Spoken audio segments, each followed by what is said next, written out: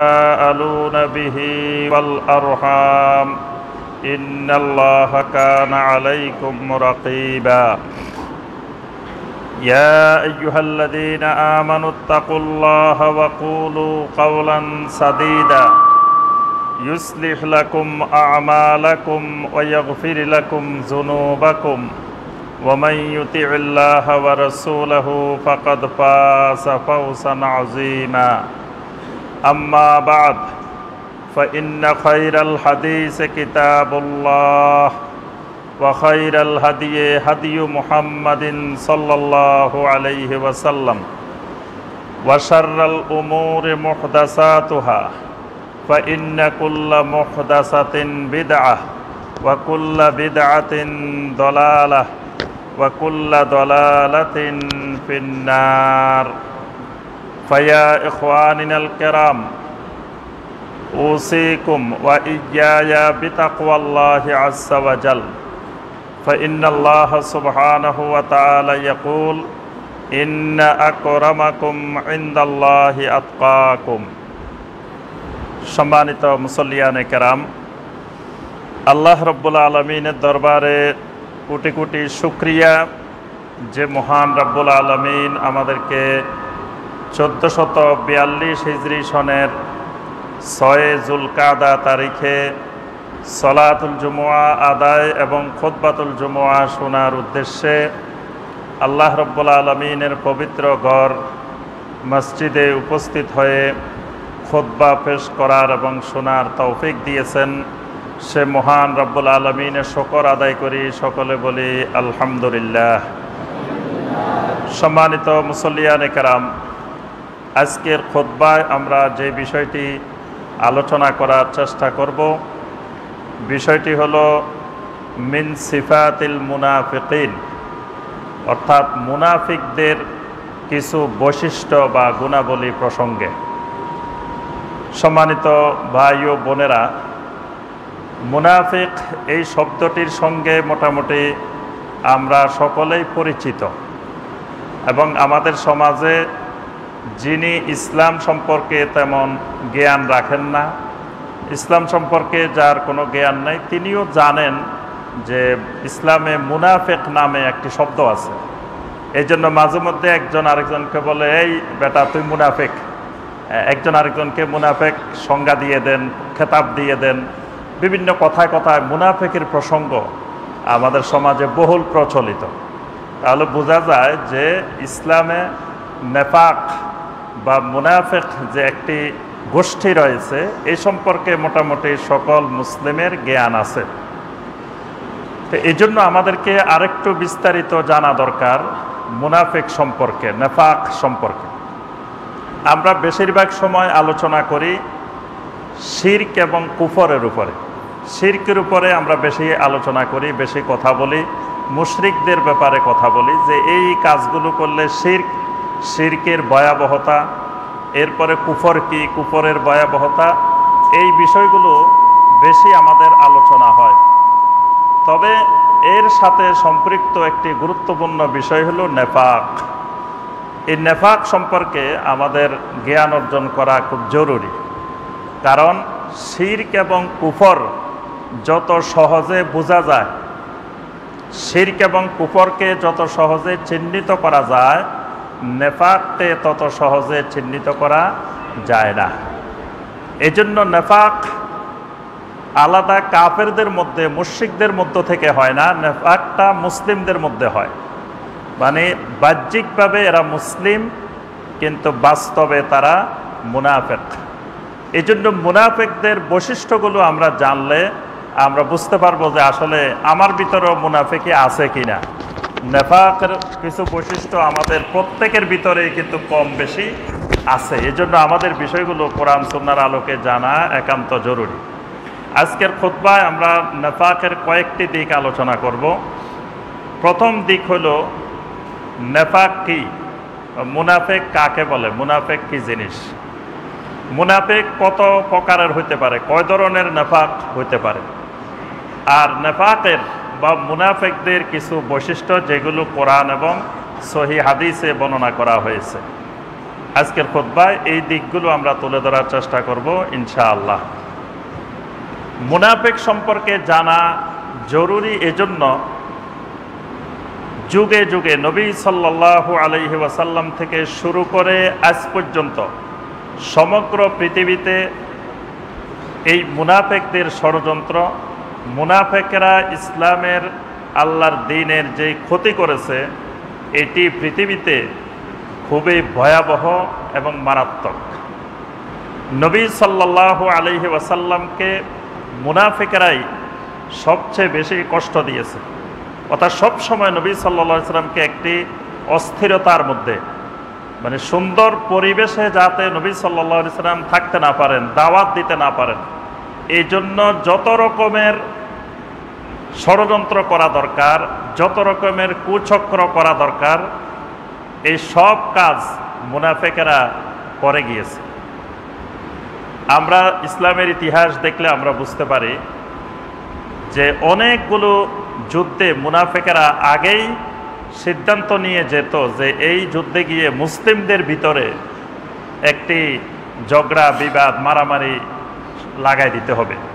এজন্য তারা আম্মাজান আয়েশা রাদিয়াল্লাহু তাআলা আনহার যখন গলার হার হারিয়ে গেল, খুঁজতে গেলেন, সেই ঘটনার পরে মুনাফিকেরা কত রকমের ষড়যন্ত্র করে নবী সাল্লাল্লাহু আলাইহি সাল্লামকে, আম্মাজান আয়েশাকে, আবু বকর সিদ্দিক রাদিয়াল্লাহু তাআলা আনহুর পরিবারকে কঠিন কষ্ট দিয়েছিল।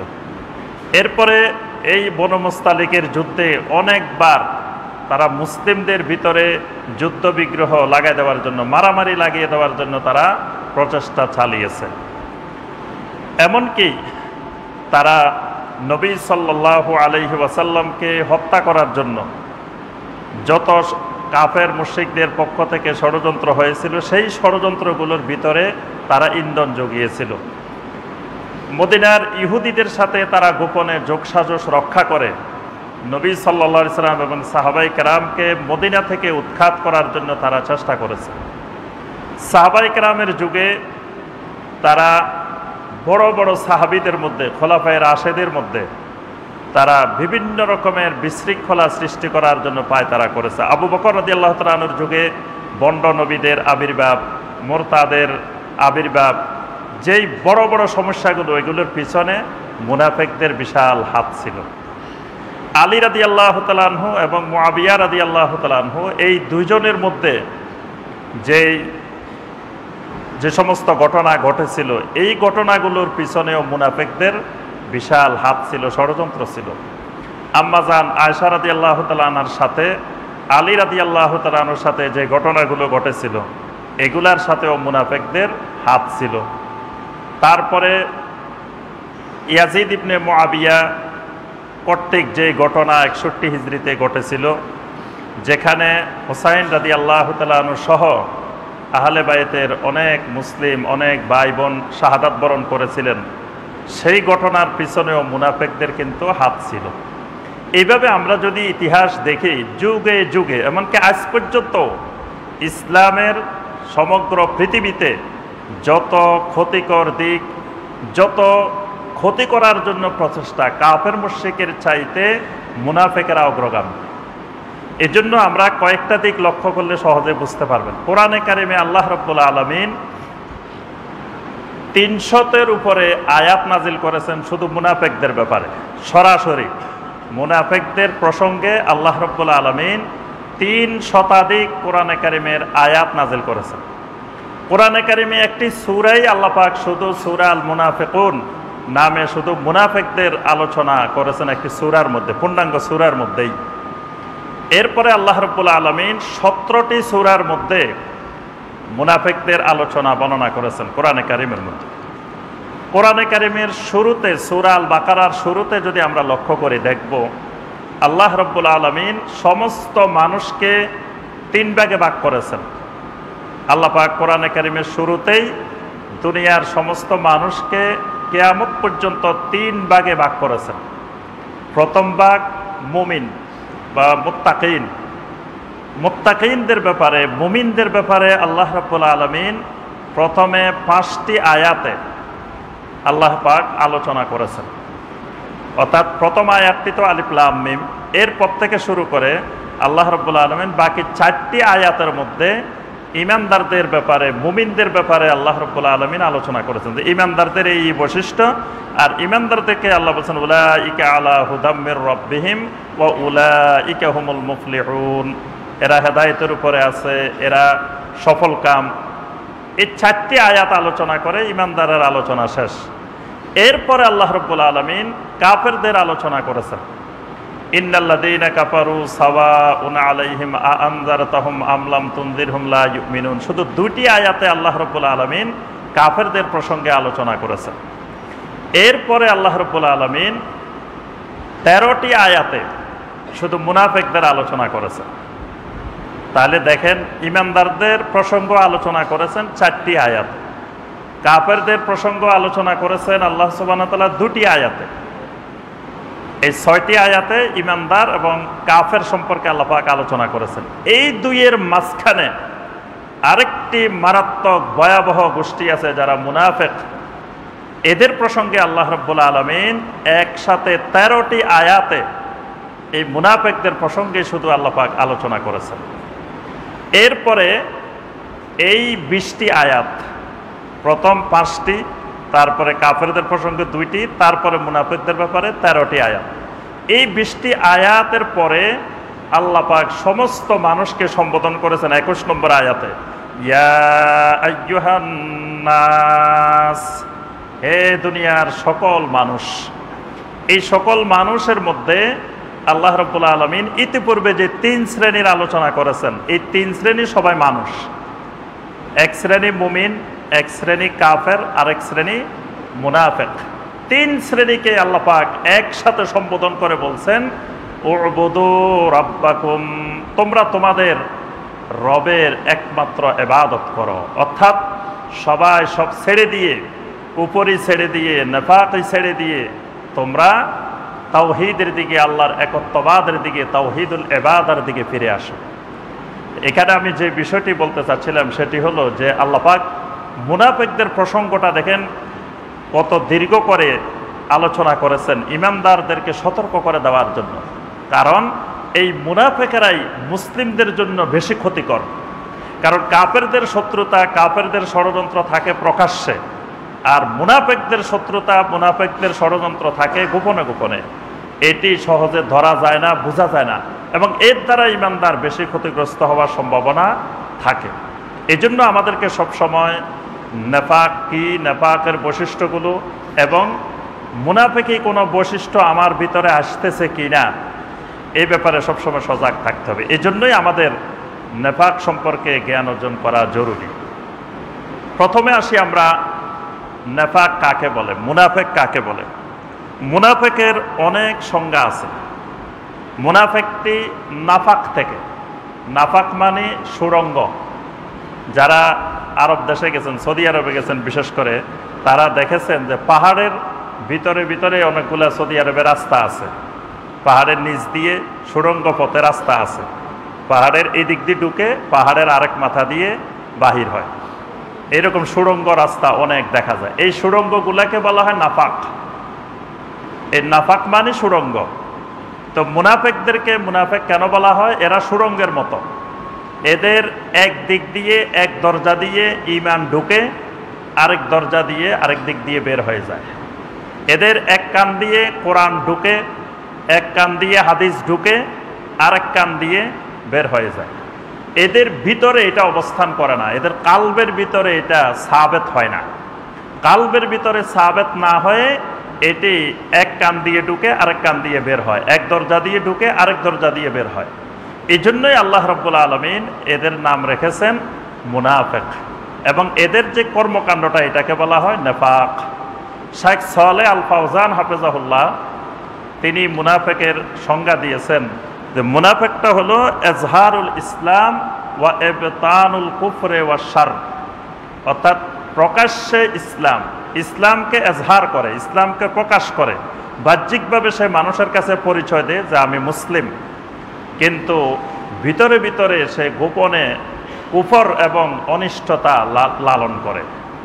তার ভিতরে থাকে কুফরি, তার ভিতরে থাকে হিংস্রতা, তার ভিতরে থাকে বিষাক্ততা, তার ভিতরে থাকে অনিষ্টতা, কিন্তু বাহ্যিকভাবে সে খোলসটা ধারণ করে, পরিচয়টা বহন করে, নামটা বহন করে মুসলিম। এই জাতীয় মানুষগুলাকে বলা হয় কোরআন সুন্নাহর পরিভাষায় মুনাফিক। ভিতরের যে কুফরিটা লালন করে এটা বোঝা যায় কিভাবে? একজন মানুষের ভিতরে কুফরি যখন লালন করে এটা বোঝা যাওয়ার অনেকগুলো মাধ্যম আছে।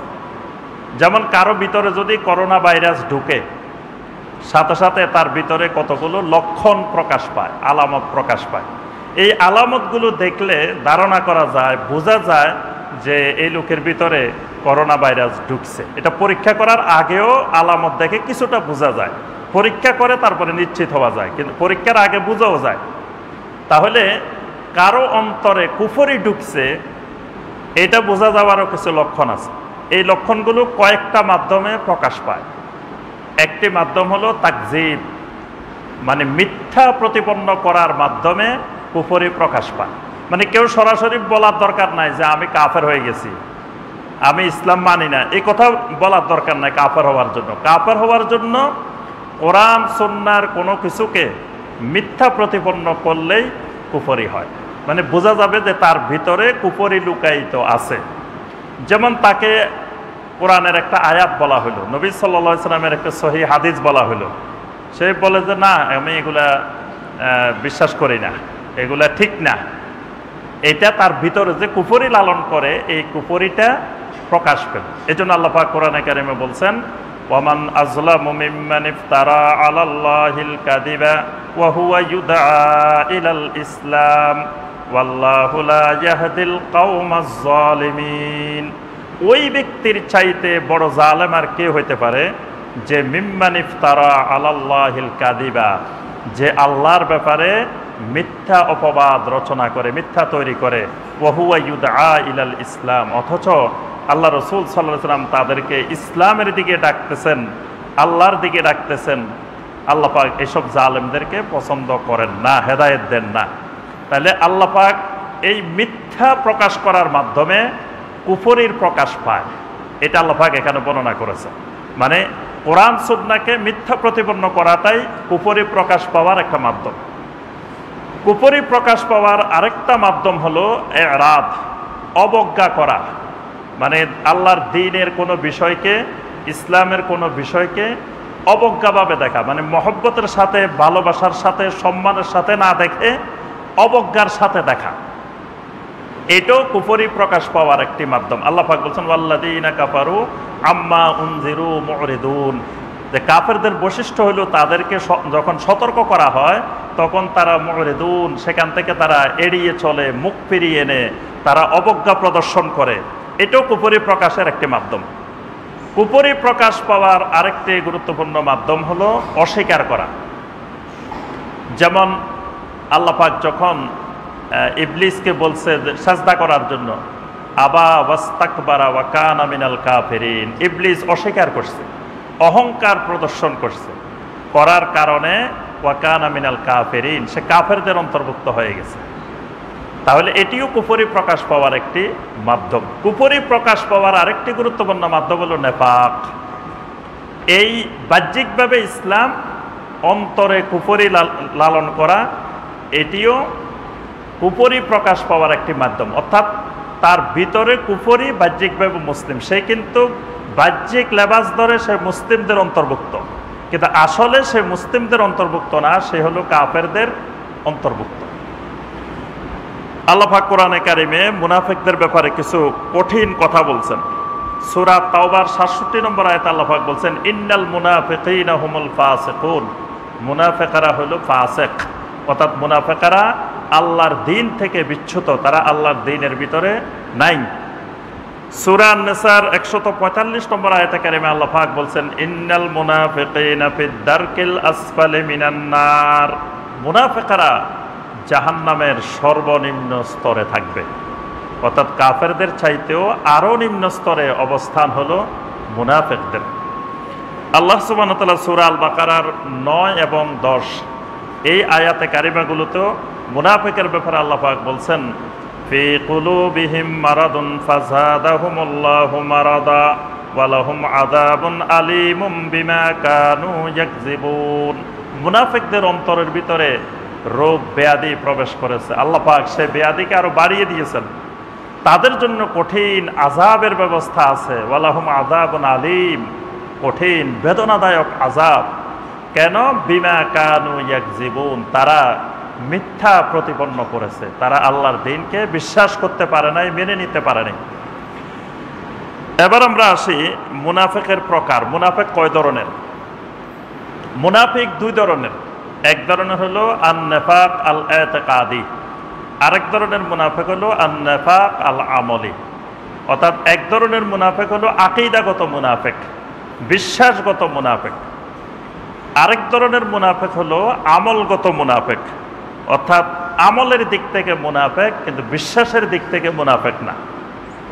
এজন্য যেটা নেফাকুল ইতিকাদি অর্থাৎ আকীদার দিক থেকে, বিশ্বাসের দিক থেকে যেটা মুনাফিকি, যেটা নেফাক, এটার কারণে সে আর মুসলিম থাকে না, সে ইসলাম থেকে বের হয়ে যায় এবং সে স্থায়ী জাহান্নামী হয়ে যায়। আর যেটি আন-নেফাকুল আমলি, আমলি নেফাক, এটির কারণে একজন মানুষ ইসলাম থেকে পুরোপুরি খারিজ হয় না, তবে এই কাজগুলো মুনাফিকি করার কারণে এগুলা কবিরা গুনাহ এবং এগুলার কারণে তার শাস্তি হবে, এগুলার কারণে তার আযাব হবে, কিন্তু সে স্থায়ীভাবে জাহান্নামী হবে না এবং পুরোপুরি আল্লাহর দ্বীন থেকে, মুসলিম মিল্লাত থেকে সে বের হবে না। ইতিকাদি মুনাফিক কোনগুলো? সেগুলো হলো কোরআন সুন্নাহয় বর্ণিত যত আল্লাহর বিধিবিধান আছে, ইসলামী আকীদার যতগুলো বিষয় আছে, এই বিষয়গুলো সে কোনো একটি বিষয় অন্তর থেকে অস্বীকার করে, অন্তর থেকে মেনে নিতে পারে না, অন্তর থেকে সে গ্রহণ করতে পারে না। এই জাতীয় হইলে সেটা নেফাকুল ইতিকাদি। আর কিছু আছে সে সব মেনে নিতে পারে, কিন্তু আমলগুলো, মুনাফিকের কিছু বৈশিষ্ট্য নবী সাল্লাল্লাহু আলাইহি ওয়াসাল্লাম বর্ণনা করেছেন। যেমন একটি হাদিসে নবী সাল্লাল্লাহু আলাইহি ওয়াসাল্লাম বলেছেন, আয়াতুল মুনাফিকি সালাসুন, মুনাফিকের নিদর্শন, মুনাফিকের লক্ষণ হলো তিনটি। ইজা হাদ্দাসা কাযিবা, যখন কথা বলে সে মিথ্যা কথা বলে। ওয়াইদা উতুমিনা খানা, তার কাছে আমানত রাখা হইলে সে খেয়ানত করে। ওয়াইজা ওয়াদা আখলাফা, ওয়াদা করলে সে ওয়াদা সে ভঙ্গ করে।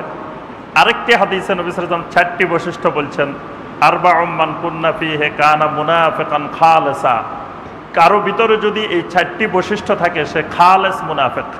নবী সাল্লাল্লাহু আলাইহি ওয়াসাল্লাম বলেন এই 4টির যে কোনো একটি থাকলেও সে তার ভিতরে মুনাফিকের বৈশিষ্ট্য আছে, যতক্ষণ না সে তা পরিত্যাগ করে।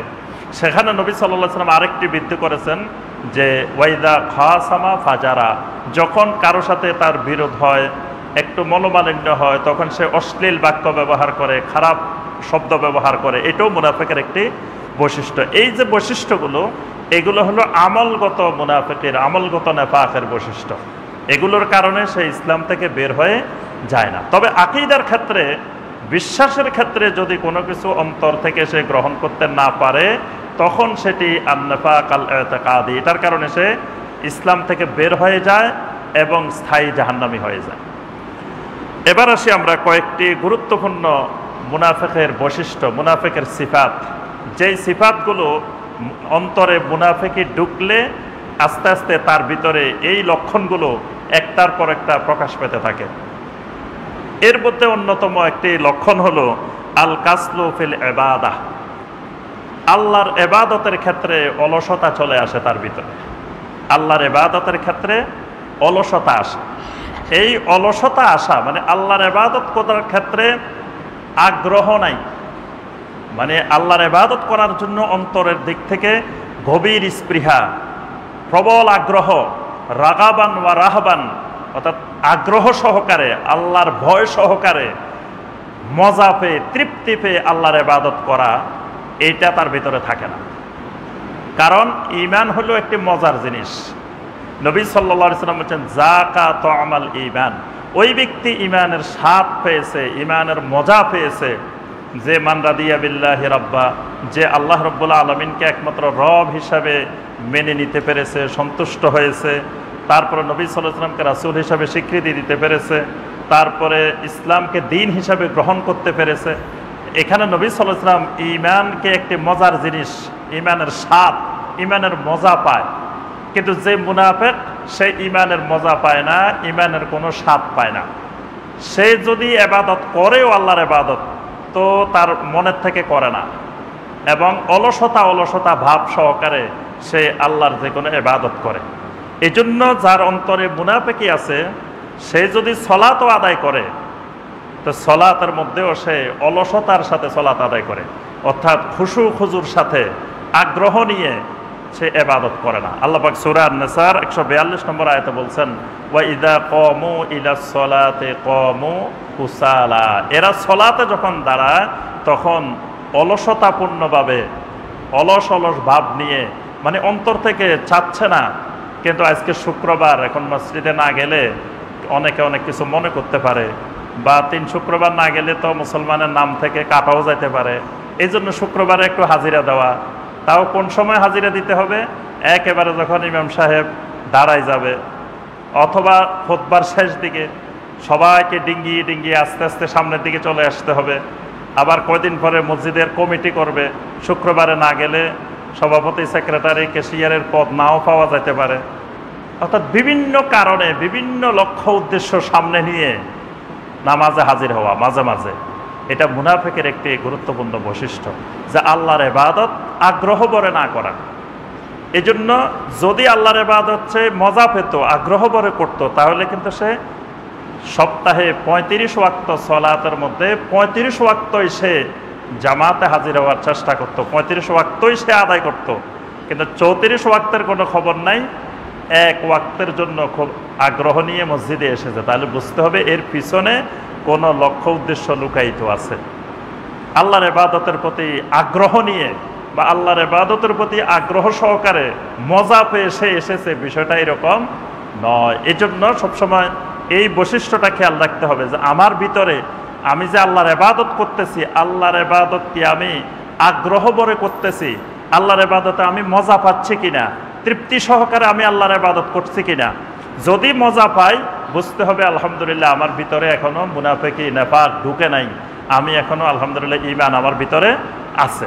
যদি দেখা যায় না ইবাদতে মজা লাগে না, এখন সমাজের কারণে বা পারিপার্শ্বিকতার কারণে বা বিভিন্ন কারণে আমি ইবাদত করতে হয়, কিন্তু অন্তরের থেকে আমি মজা পাই না, তাহলে বুঝতে হবে আমার ভিতরে নেফাক ঢুকে গেছে, মুনাফিকি ঢুকে গেছে। 2 নম্বর বৈশিষ্ট্য, কিল্লাতু যিকরিহিম লিল্লাহি আযজা ওয়া জাল্লা। এরা আল্লাহর জিকির খুব কমই করে। আল্লাহ পাক বলছেন, ওয়ালা ইয়াযকুরুনাল্লাহা ইল্লা কলিলা। তারা তেমন আল্লাহর জিকির করে না, করলেও খুব কম, খুব সামান্য। অর্থাৎ এরা মুনাফিকের একটা গুরুত্বপূর্ণ বৈশিষ্ট্য হলো যে এরা আল্লাহর জিকির এদের জবান দিয়ে আসে না, আল্লাহর জিকির মুখ দিয়ে আসে না, কখনো বলেও তাদের মুখ দিয়ে সুবহানাল্লাহ আসে না, মুখ দিয়ে আলহামদুলিল্লাহ আসে না, মুখ দিয়ে আল্লাহু আকবার আসে না, মুখ দিয়ে জাযাকাল্লাহু খাইরান আসে না, মুখ দিয়ে শুকরান আসে না, মুখ দিয়ে আসসালামু আলাইকুম আসে না।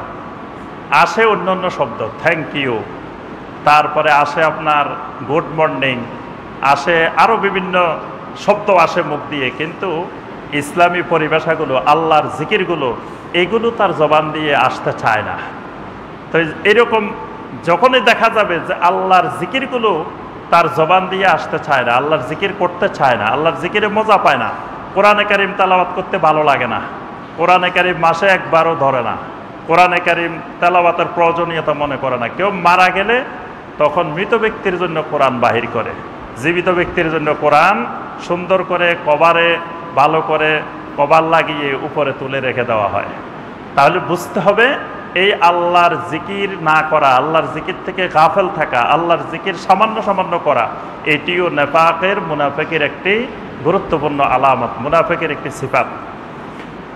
এরপরে মুনাফিকের একটি সিফাত হলো লামজুল মুত্তাবিঈন মিনাল মুমিনিনা ওয়াস সালিহিন। মুনাফিকেরা সবসময় দিনদার, সালেহীন, মুমিনদেরকে সবসময় তিরস্কার করে, খারাপ ভঙ্গিতে দেখে, সবসময় ঠাট্টা বিদ্রুপ করে ইমানদারদেরকে নিয়ে। অর্থাৎ ইমানদারদেরকে তারা দুনিয়াতে সবচাইতে বোকা মনে করে, আর সে নিজেকে খুব চালাক মনে করে, খুব পণ্ডিত মনে করে, সে অনেক বড় বুদ্ধিজীবী মনে করে। কিন্তু যারা সালেহীন, যারা মুত্তাকিন, দিনদার মুসলিম, এদেরকে এরা মনে করে মানুষগুলো কিছু বুঝে না, এগুলা ধর্মের কারণে অন্ধ হয়ে গেছে, এগুলো ধর্মের জালে এমনভাবে আবদ্ধ হয়ে গেছে যে নেশার মতো ধর্মকে গ্রহণ করে ফেলছে। অর্থাৎ ইমানদারদেরকে দেখলে এদের মনে খুব খারাপ লাগে, ইমানদারদেরকে ঠাট্টা বিদ্রুপ করে, ইমানদারদেরকে নিয়ে হাসি তামাশা করে। আল্লাহ পাক কোরআনে কারিমে অনেক জায়গায় এই কথাটা বলছেন। কোরআনে কারিমে সূরা আল আনফালের 49 নম্বর আয়াতে আল্লাহ পাক বলছেন, ইয ইয়াকুলুল মুনাফিকুনা ওয়াল্লাযীনা ফী কুলুবিহিম মারাদুন গাররা হাউলাই দীনুহুম। মুনাফিকেরা এবং যাদের অন্তরে রোগ আছে তারা বলে বেড়ায় যে গাররা হাউলাই দীনুহুম, আহারে এই যুবকগুলাকে তাদের দিন তাদেরকে ধোঁকায় ফেলে দিয়েছে। অর্থাৎ এরা দিনের কারণে এমন পাগল হয়ে গেছে, এরা জিহাদের ময়দানে যায়, জীবনও দিয়ে দিতে পারে। এরা দেখি রাত্রের 3টা বাজে উঠে তাহাজ্জুদও পড়ে ফেলতে পারে। মানে দিন এরা এমনভাবে গ্রহণ করে নিয়েছে যে এদের দিনের কারণে এরা দুনিয়া সব ছেড়ে দিতে পারে। অর্থাৎ এটা নিয়ে মুনাফিকরা হাসি তামাশা করে, ঠাট্টা করে। তারপর সূরা আল বাকারার শুরুতেই যেখানে আল্লাহ পাক মুনাফিকদের প্রসঙ্গে 13টি আয়াত বর্ণনা করেছেন, সেখানে আল্লাহ পাক বলছেন, ওয়াইদা লাকুল্লাযীনা আমানু ক্বালু আমান্না ওয়াইদা খালাউ ইলা শায়াতিনহিম ক্বালু ইন্না মাআকুম ইন্নামা নাহনু মুস্তাহজিউন। তারা কাফেরদের কাছে গিয়ে বলে, মিয়া আমরা যে মুসলিমদের সাথে উঠা বসা করি, চলাফেরা করি এদের সাথে, তোমরা কি মনে করো আমরা অন্তর থেকে এদেরকে ভালোবাসি বা অন্তর দিয়ে উঠা বসা করি? আমরা তো একটু ঠাট্টা করি, মস্করা করি, উপহাস করি এদের সাথে। মানে এটাকে তারা, ইমানদারদেরকে তারা উপহাসের ছলে দেখে। এটা মুনাফিকের একটি গুরুত্বপূর্ণ বৈশিষ্ট্য। আজকে দেখবেন অনেক মুসলিম পাবেন যারা নাম মুসলিম, পরিচয় মুসলিম বহন করে, কিন্তু ইসলামের বিভিন্ন বিষয় নিয়ে তারা হাসি তামাশা করে, ঠাট্টা বিদ্রুপ করে। দাড়িওয়ালা দেখলে দাড়ি নিয়ে তারা খুব মজা করে, তারপরে বোরকা দেখলে, হেজাব দেখলে তারা এগুলো নিয়ে খুব হাসি তামাশা করে। তারপরে ইসলামের বিভিন্ন বিধিবিধান নিয়ে তারা ঠাট্টা বিদ্রুপ করে, ইসলামের ফারাইজের বিধান, ইসলামের বিভিন্ন বিধান নিয়ে তারা মানে ঠাট্টা হাসি তামাশা করতে থাকে। তাহলে বোঝা যায় এটা মুনাফিকের একটি বড় লক্ষণ যে এদের ভিতরে আসলে মুনাফিকে লালন করে। 4 নম্বর বৈশিষ্ট্য আল ইস্তিহজাউ বিল কোরআন ওয়াস সুন্নাহ। এরা কোরআন সুন্নাহ নিয়েও ঠাট্টা বিদ্রুপ করে। এরা আল্লাহকে নিয়ে, আল্লাহর রাসূলকে নিয়ে, আল্লাহর দ্বীন নিয়ে, আল্লাহর আয়াত নিয়ে এরা ঠাট্টা বিদ্রুপ করে। সূরা তাওবার 65 এবং 66 নম্বর আয়াতে আল্লাহ পাক বলছেন, কুল আবিল্লাহি ওয়া আয়াতিহি ওয়া রাসূলিহি কুনতুম তাস্তাহজিউন লা তা'তাযিরু কাদ কাফারতুম বা'দা ঈমানিকুম। যে রাসূল আপনি বলুন তোমরা আল্লাহকে নিয়ে, আল্লাহর আয়াত নিয়ে, আল্লাহর রাসূলকে নিয়ে ঠাট্টা বিদ্রুপ করো, তোমরা লা তা'তাযিরু, কোনো ওযর পেশ করা যাবে না যে আমরা এমনি বলছি, এমনি ঠাট্টা করছি, কিছুক্ষণ মস্করা করছি, এরকম ওযর পেশ করা যাবে না। কাদ কাফারতুম বা'দা ঈমানিকুম, ঈমানের পরে তোমরা কাফের হয়ে গেছো, তোমরা কুফরি করে ফেলেছো। তাহলে এটা মুনাফিকের একটি বড় বৈশিষ্ট্য যে এরা সবসময় কোরআন সুন্নাহ নিয়ে, আল্লাহকে নিয়ে, রাসূলকে নিয়ে, দ্বীন নিয়ে এরা হাসি তামাশা করে, ঠাট্টা করে, উপহাস করে। এটাও একটি মুনাফিকের বৈশিষ্ট্য। এরপরে এরা আত-তাখাল্লুফু আন সলাতিল জামাআহ, জামাতে সলাত থেকে সবসময় পিছিয়ে থাকে। মানে জামাতে সলাত আদায় করতে এদের মন চায় না, জামাতে পাওয়া যায় না। তাহলে জামাতে না পাওয়া যাওয়া এটাও মুনাফিকের লক্ষণ। এখন যে একেবারেই পড়ে না, সলাতে আদায় করে না, এবার এটা কিসের লক্ষণ? মানে সলাত আদায় করে কিন্তু জামাত থেকে সবসময় পিছিয়ে থাকে, জামাতে ঠিক মতো হাজির হতে পারে না, এটাও মুনাফিকের একটা আলামত। তা যিনি সলাতে আদায় করে না, এটা পুরোপুরি ঈমান হারানোরই আলামত, অর্থাৎ কুফরির আলামত। এই জন্য আল্লাহ রাসূল সাল্লাল্লাহু আলাইহি ওয়াসাল্লাম বলছেন, আসকালুস সলাতে আলাল মুনাফিকিন সলাতুল ইশা ওয়া সলাতুল ফজর। মুনাফিকের কাছে 2টি সলাত খুব ভারী, 2টি সলাতে তারা খুব কমে হাজির হইতে পারে, সহজে হাজির হইতে পারে না। একটি হলো এশার সলাত, আর একটি হলো ফজরের সলাত। তাহলে বোঝা যায় যে ফজরের সলাতে জুমার নামাজে 5 তলা মুসল্লি ভর্তি হয়ে যায়। আমি উত্তরা যে মসজিদে জুমার খুতবা দিই, জুমার দিন প্রায় 12,000-13,000 মুসল্লি হয়। তো 12-13,000 মুসল্লি তো ওই এলাকায় বসবাস করে, সারা বছরেই বসবাস করে, সপ্তাহে 7 দিনে বসবাস করে। তো শুক্রবার এই মুসল্লির জায়গা হয় না মসজিদে, 5 তলা ভর্তি হয়ে রাস্তাঘাট সব ভর্তি হয়ে যায়। তো বাকি সময় এরা কোথায় থাকে? ফজরের সলাতে দেখা যায় কয়েক কাতার মুসল্লি হয়, তাহলে এই বাকি মুসল্লি কোথায়? ফজরের সলাতে হাজির হতে পারে না। এখানে আল্লাহ রাসূল সাল্লাল্লাহু আলাইহি ওয়াসাল্লাম স্পষ্ট করে দিয়েছেন যে আমাদের ভিতরে নেফাক, মুনাফিকি লালন করতেছি, এই জন্য ফজরের সলাতে হাজির হইতে পারি না, এশার সলাতে হাজির হইতে পারি না। অর্থাৎ জামাত থেকে দূরে থাকা, জামাতে আসার ব্যাপারে অলসতা প্রদর্শন করা, জামাত না পাওয়া, এটাও মুনাফেকের একটি আলামত। কারণ মুনাফেকি একটা রোগ, নেফাক অন্তরের একটি বড় রোগ। তো রোগ যাকে ধরবে, রোগের আস্তে আস্তে কিছু পার্শ্ব প্রতিক্রিয়া, কিছু খারাপ লক্ষণ আস্তে আস্তে দেখা যাবে। তো যখনই দেখা যাবে যে আমি ফজরের জামাত ধরতে পারি না, আমি বিভিন্ন জামাতে হাজির হইতে পারি না, আমি মসজিদে যেতে যেতে জামাত চলে যায়, প্রতি ওয়াক্তে এরকম হয়, তো বুঝতে হবে আমার ভিতরে আস্তে আস্তে মুনাফিকের গাছ গজাইতেছে, আস্তে আস্তে মুনাফিকের বীজ আমার ভিতরে ঢুকতেছে। তখনই সতর্ক হয়ে এটার বিরুদ্ধে ব্যবস্থা নেওয়া শুরু করতে হবে। এরপরে মুনাফিকের একটি বড় বৈশিষ্ট্য হলো মুখালাফাতু জাহির লিল বাতিন, জাহির আর বাতিনে মিল না থাকা, মানে প্রকাশ্যে একরকম ভিতরে আরেক রকম। আজকে আমাদের মানে চারিদিকে তাকাইলে আমরা দেখব যে যারা আমরা ইসলাম চর্চা করি, ইসলাম মানার চেষ্টা করি, আমাদের খোলসের মধ্যে শুধু উপরে আমরা ইসলাম পালন করার চেষ্টা করি, চেহারা চুরোতে আমাদের ইসলাম, কিন্তু বাস্তব জীবনে আমাদের সাথে লেনদেন করলে মানুষ বুঝে যে আমাদের ইসলাম কতটুকু চর্চা করি। কারো থেকে টাকা ধার নিতে পারলে বোঝা যায় যে ইসলাম কতটুকু আছে না আছে।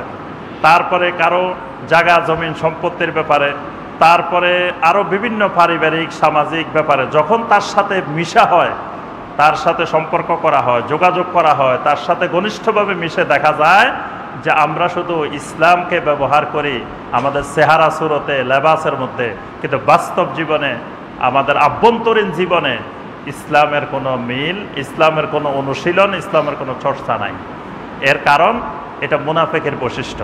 আল্লাহ পাক সূরা আল মুনাফিকুনের প্রথম আয়াতে বলছেন, ইযা জাআকাল মুনাফিকুনা ক্বালু নাশহাদু ইন্নাকা লারাসূলুল্লাহ ওয়াল্লাহু ইয়ালামু ইন্নাকা লারাসূলু ওয়াল্লাহু ইয়াশহাদু ইন্নাল মুনাফিকিনা লাকাযিবুন।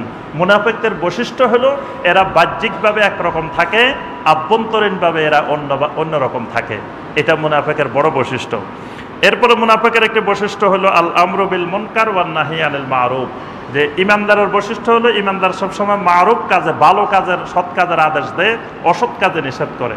আর মুনাফিকের বৈশিষ্ট্য হলো এরা সবসময় খারাপ কাজের আদেশ দেয় আর ভালো কাজ থেকে বাধা দেয়। ভালো কাজ যেখানে হবে, একটি কল্যাণকর কাজ হবে, একটি দ্বীনি কাজ হবে, এই কাজে বাধা সৃষ্টি করবে। আর যেখানে খারাপ কাজ হবে সেটাতে উৎসাহ যোগাবে, সেটার ব্যাপারে খুব আগ্রহী হবে, সেটাকে সর্বপ্রকার সহযোগিতা করবে। তাহলে বুঝতে হবে তার ভিতরে মুনাফিকি আছে। এটা মুনাফিকের বড় একটি আলামত। মুনাফিকের আরেকটা বৈশিষ্ট্য হলো আদমুল ফিকহি ফিদ্দীন। মুনাফিককে আল্লাহ রাব্বুল আলামিন কখনো দ্বীনের ফিকহ দান করেন না, দ্বীনের সঠিক বুঝ আল্লাহ রাব্বুল আলামিন মুনাফিককে দান করেন না। মুনাফিক দ্বীন সম্পর্কে যা বুঝে সঠিক বুঝে না, মুনাফিক দ্বীনের বিকৃতভাবে দ্বীনকে বুঝে। এজন্য জাল হাদিস তৈরি করার ব্যাপারে যাদের অবদান বেশি ছিল, তোর মধ্যে মুনাফিকদের বিশাল অবদান ছিল। তারা নবী সাল্লাল্লাহু আলাইহি সাল্লামের নামে অসংখ্য জাল হাদিস তারা তৈরি করছে।